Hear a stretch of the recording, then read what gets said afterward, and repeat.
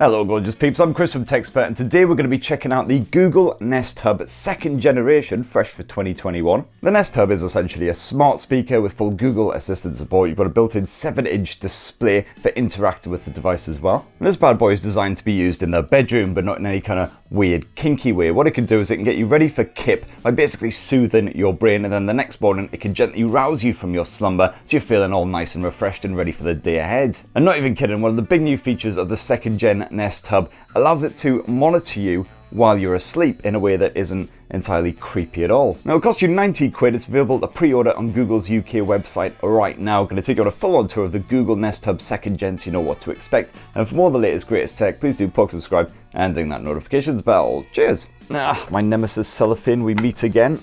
Yes!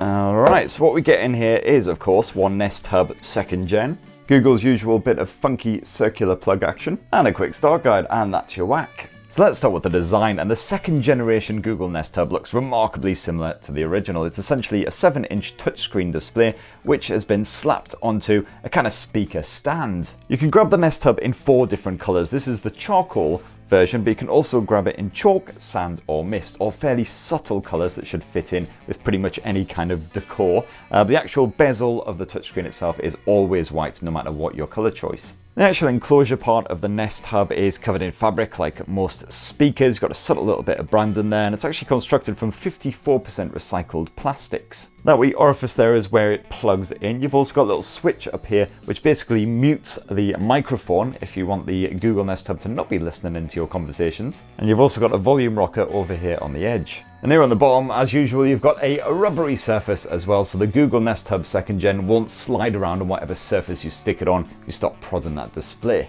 Alright, so let's get the Nest Hub all set up, and step 1, of course, plug the bugger in. Now to get the Nest Hub all set up, to get started, download the Google Home app on a phone or tablet. Yeah, what she said basically. If you've got an Android smartphone, you'll probably find that Google Home is already installed on it. Otherwise, you can just jump into the Play Store and download it from there. Once that's downloaded and installed, just open up the Home app, make sure you're all signed in with your Google account, and then you should find on this main screen, you get a Setup Nest Hub option popping up right at the top. If you don't see that option, well, never fear, just tap this little plus up in the top left corner and go to Setup Device. Then you'll want to go to New Device and basically just follow the instructions from there. And the setup process with Google Nest equipment is always nice and simple. Your phone and the Nest Hub should just detect each other automatically. Just scan that QR code on the screen in order to grant permissions, and then you're basically there. The pairing process does take a little while though, so you'll have to be patient while the two hook up, and then you've got to do the usual update shenanigans, all that good stuff. But once that's done, then you really are good to go.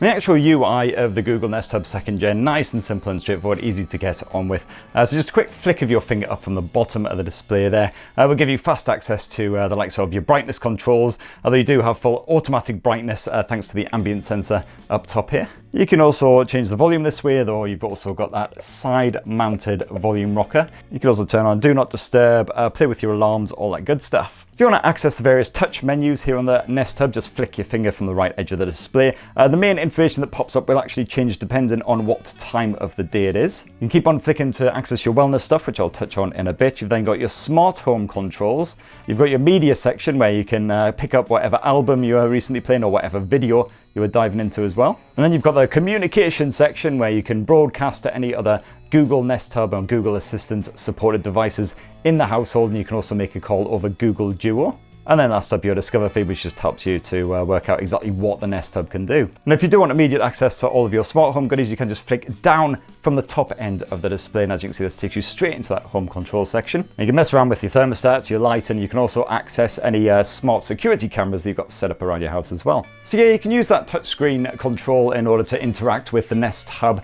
I did find that the touchscreen wasn't exactly the most sensitive or responsive. Occasionally you'd try and swipe to do something, and it would take a couple of swipes for it to actually go through. But otherwise, you've also got the SOLI Radar tech that was built into those Pixel smartphones, the Pixel 4 series flagships, which you remember if you're a Google fan. And this can also be used to, for instance, pause or resume your media, although it does seem a little bit hit and miss for me. Sometimes it just doesn't seem to recognize the gesture. Maybe I'm being a bit too forceful with it. And I certainly couldn't get it to skip tracks that way or anything by doing, the swipey that way. I could literally get it to do to pause or resume my music, and that was basically it. But the best method, of course, for interacting with the Google Nest Hub 2nd generation is the 3 far-field mics that are built in there for calling on the Google Assistant. And I found that that microphone setup in the Google Nest Hub Generation 2 is just as good, if not better, than ever before. Even when this thing is blaring metal music at top volume, I found that I could stand at the opposite end of the room. I could say the trigger words, not particularly loudly either, just normal speaking voice. And this thing would recognize me, it would lower the music and listen to whatever my request was. And those smart home controls work absolutely perfectly as well. So you can say, hey, turn off studio lights.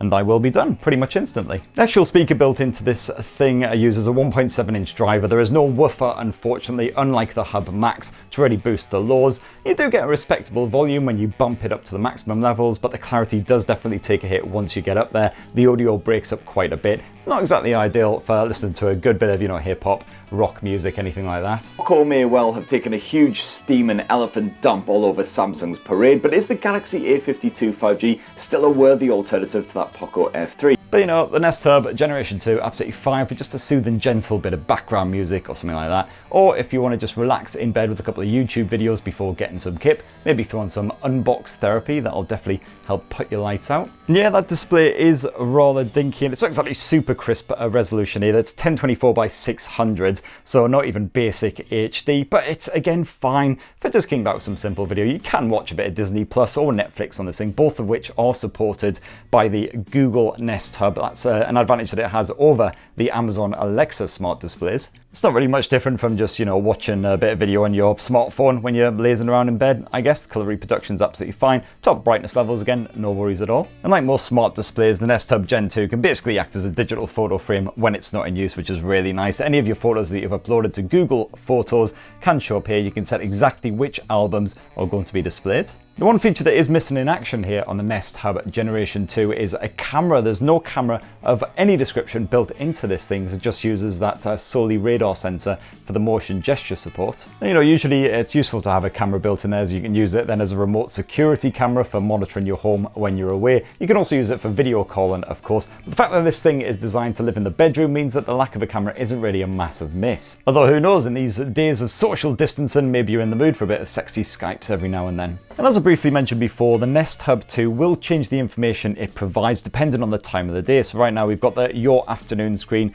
which as you can see there will just give you access to information like the weather, your current schedule. However, when it's almost time to get all tucked up with Teddy, this will change to the Your Evening page, and this switches to a lovely soothing dark theme. It can play relaxing sounds on demand, and you can also set an alarm for the next day to arouse you. And it's great to see that the Nest Hub Gen 2 has a sunrise alarm built in as well. This will gradually brighten your screen for around half an hour before your chosen arousal time, so you'll be gently nudged awake, which as the beleaguered owner of a 5-year-old Sprog, I can only imagine how nice that is. Seriously, I haven't even bothered to set an alarm in years. And one of the new features here on the Nest Hub Generation 2 is the fact that it can actually basically watch you sleep and then tell you all about it the next day, which isn't at all horrifically creepy. This is Google's new sleep sensing feature, which can detect your breathing and your movement throughout the night using that SOLI Radar tech. You need to make sure that you sleep in exactly the same spot every night though, and this could possibly be screwed up by sleeping partners moving around and also any pets that happen to be kipping on the bed with you. And the next morning, if you think you might have had a bit of a rough night's sleep, you're not really entirely sure, you can just say the buzzword and then how did I sleep or did I snore,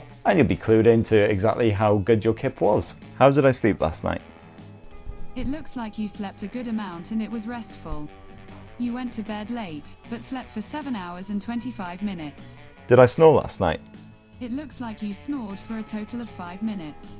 Yeah, well, you're ugly. And I haven't had a chance to test this out yet, but apparently after the Nest Hub 2nd Gen has been monitoring your sleep for several days, it can give you advice on how to feel better rested. And if you want to check back on any of this data that's been recorded over the days, the weeks, however long you've been using sleep sensing for, you can just load up the Google Fit app and all of it will be in there. And you can also delete all of that data from within the Google Fit app settings. However, it's also definitely very well worth noting that the sleep sensing feature is currently just a preview, apparently, and in 2022, Google is planning to start charging for it. So you'll be able to use it for free for now, but in a year's time, you might have to start stumping up if you decide you really like it. So that right there, in a nutshell, is the new Google Nest Hub 2nd generation. As I say, you can pre-order it right now from Google's UK website for 90 quid. So are you tempted? It'd be great to hear your thoughts down in the comments below. Check out my review of the Google Nest Hub Max as well, which is a proper big beefcake version of it. And for more on the latest greatest tech, please do subscribe and ding that notifications bell. Cheers!